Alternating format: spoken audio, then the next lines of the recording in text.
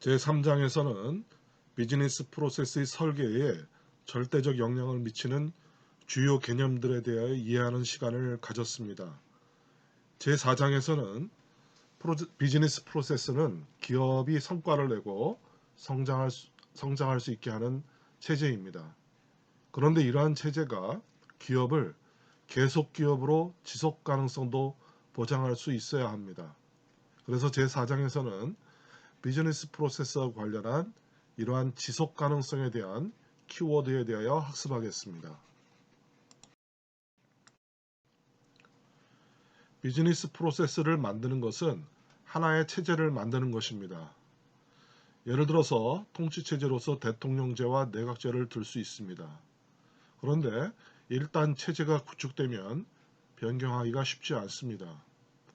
그리고 프로세스가 효과적으로 잘 만들어졌다 하더라도 오히려 이것이 혁신에 저항하는 체제가 될 수 있습니다. 클레이더 크리스텐센은 혁신 기업의 딜레마라는 논문에서 성공적인 기업도 기존 고객과 사업에만 집착하고 새로운 고객과 신규 사업 발굴을 등한시한다면 산업을 파괴적으로 재구성할 새로운 기술에 대한 통찰력을 발휘할 수 없다고 얘기하고 있습니다. 예를 들어서 노키아나 소니의 경우가 그렇습니다. 그런데 이러한 파괴적 기술을 통한 시장 진입은 대기업의 경우 혁신 기업의 딜레마에 빠지기 쉽습니다. 반면에 스타트업 기업에는 기회가 될 수 있습니다. 그런데 이러한 스타트업 기업도 파괴적 기술을 통해 시장에서 또 다른 기업이 될 수 있습니다. 스타트업 태생의 대기업도 마찬가지로 혁신 기업의 딜레마에 빠져 새로운 신생기업에게 자리를 내줄 수 있다는 것입니다. 그렇다면 영속하는 기업은 존재할 수 있을까요? 아니, 최소한 영속은 아니더라도 수백 년 동안 지속적으로 생존하고 성장해온 기업들은 존재합니다. 그래서 2절에서는 계속 기업으로서의 지속 가능성에 대한 시사점으로서 우리가 학습 조직, 시스템 사고, 그리고 국제적 환경 교육 등에 대해서 살펴보겠습니다. 제4장에서는 지속 가능성에 대한 대표적인 세 가지 키워드를 중심으로 학습하겠습니다. 끊임없이 배우고 학습하는 학습 조직은 생존력이 강한 조직이 됩니다. 제1절에서는 기업의 학습 문화와 시스템 사고를 중심으로 학습 조직에 대하여 살펴보겠습니다. 한편 유엔은 새천년 개발 목표, 즉 Millennium Development Goal (MDG를) 지속가능 발전 목표, 즉 Sustainable Development Goal이라는 SDG로 갱신한 바 있습니다. 제2절에서는 이러한 유엔의 SDG의 의제와 거버넌스를 통해 지속가능한 시스템을 이해하는 시간을 갖겠습니다. 조직은 성장해 나가며 그에 따라 조직의 규모도 커져갑니다. 이에 따라 비즈니스 프로세스 전문가의 역량 또한 발전시켜 나가야 합니다. 제3절에서는 이러한 조직의 성장에 따라 요구되는 비즈니스 프로세스 전문가의 역량에 대하여 알아보겠습니다. 그럼 먼저 제1절 학습 조직과 비즈니스 프로세스에 대해서 학습하겠습니다. 지속 가능성과 관련하여 소개한 세 개의 키워드 중 제1절에서는 첫 번째 키워드인 학습 조직과 두 번째 키워드인 시스템 사고에 대하여 학습하겠습니다. 끊임없이 배우고 학습하는 조직은 생존력이 강한 조직이 됩니다. 기업 내에서 학습하는 습관이 오래도록 잘 자리 잡으면 학습 문화라 일컫습니다. 경영자의 중요한 역할 중 하나는 조직의 학습 문화를 바로 세우는 것입니다. 개발된 조직 문화를 만들어 수직적으로나 수평적으로나 성별, 나이, 종교, 인종, 성적 취향에 상관없이 오롯이 기업 문화 안에서는 공평한 학습 기회가 주어져야 합니다. 이상적인 학습 조직에서는 직원들이 자신의 지식을 기꺼이 나누고 타인의 지식 자산을 전향적으로 학습합니다. 이를 위해 암묵적 지식을 명시적 지식으로 만들어 문서화하고 공유합니다. 정보는 공개하지 못할 이유를 댈 수 없으면 공개하는 것이 원칙입니다. 학습 공유의 방식은 인터넷, 대면, 강의, 토론, VOD, 워크샵, 시뮬레이션 등 형식의 제한 없이 폭넓어야 하며 관리자가 아닌 직원들이 주도해 나가는 것이 바람직하다 할 수 있습니다. 또한 이미 학습 효과가 널리 증명된 동료학습, 실습학습의 선진학습 모델 도입, 또 이를 이끌 코치나 퍼실리테이터를 양성해야 합니다.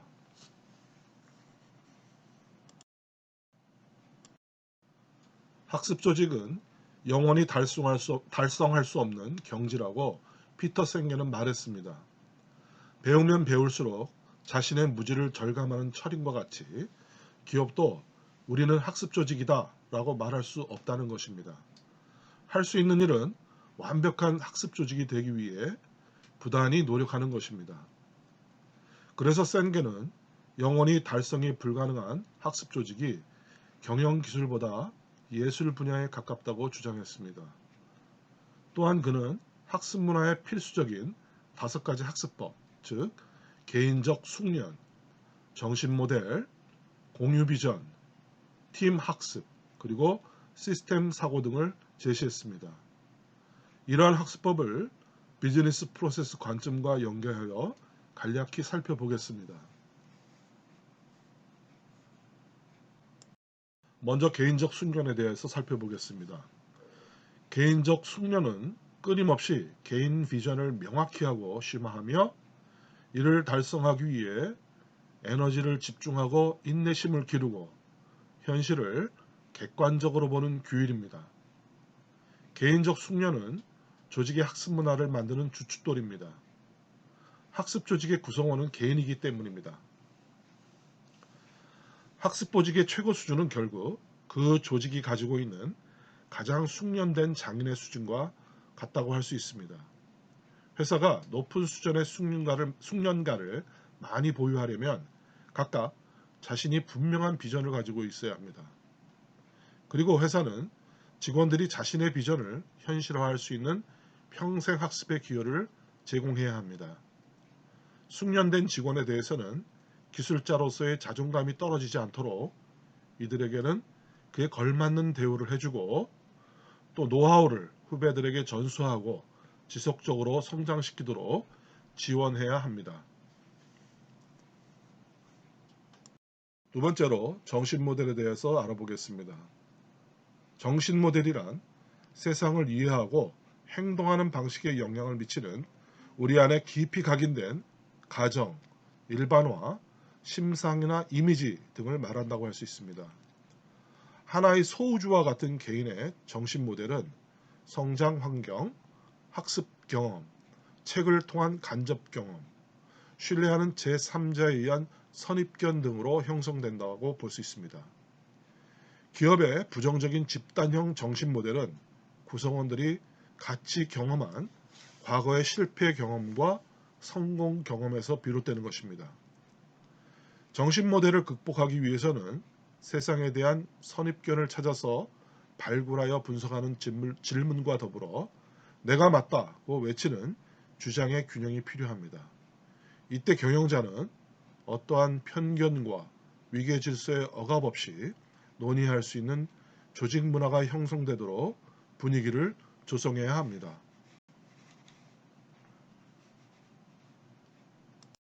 세 번째로 공유 비전에 대하여 알아보겠습니다. 공유 비전은 기업을 만들 때 처음 수행하는 3가지 키워드와 관련이 있습니다. 사명에 해당하는 목표를 정하는 일, 비전을 설정하는 일, 핵심 가치를 만들어가는 일이 그것입니다. 이 중에서 비전은 일정한 시간이 지난 후에 기업의 모습이라 할 수 있습니다. 직업인으로서 각자 지향하는 비전이 개인적 차원에만 머무른다면 기업의 에너지가 분산될 것입니다. 구성원들이 함께 공유하는 비전은 그들의 헌신을 유도하고 그들을 성장시킵니다. 이러한 비전은 시간이 걸리더라도 구성원들이 참여하여 함께 만드는 것이 이상적입니다. 목숨을 걸 정도의 비전은 아니더라도 직원들 각자가 이러한 비전을 가진 곳에서 일했다는 그러한 경력을 자랑스러워할 정도의 공유 비전이 기업의 지속 가능성에 반드시 필요합니다. 이러한 일은 직원들과의 부단한 소통이 전제되어야 합니다. 기업의 비즈니스 프로세스란 한마디로 공유 비전을 실현할 수 있는 일의 절차를 구체화하는 것이기 때문입니다.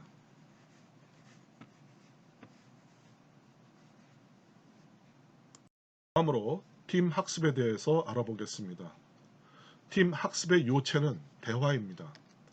생계는 대화를 구성원들이 각자 품고 있는 가정을 유보하고 진심으로 함께 생각하는 단계로 넘어가는 능력이라고 해석했습니다. 대화법은 현대물리학자 데이비드 범이 이론과 방법론을 발전시켰다고 합니다. 대화는 공격과 방어가 아니라 집단지성을 향한 자유로운 탐색 과정입니다. 조직 내 대화 문화가 정착되면 조직의 팀 학습에 속도가 붙고 비즈니스 프로세스의 최적화도 발전할 것입니다. 다섯 번째는 시스템 사고입니다. 생계의 5가지 규율 가운데 가장 중요한 개념이 시스템 사고입니다. 시스템 사고는 요소들이 시공간적으로 떨어져 있더라도 서로 영향을 미치는 상관관계를 넓게 이해할 수 있는 정신 모델입니다. 앞에 4가지 요소는 시스템 사고를 통해 기업의 학습문화 체제로 묶여집니다.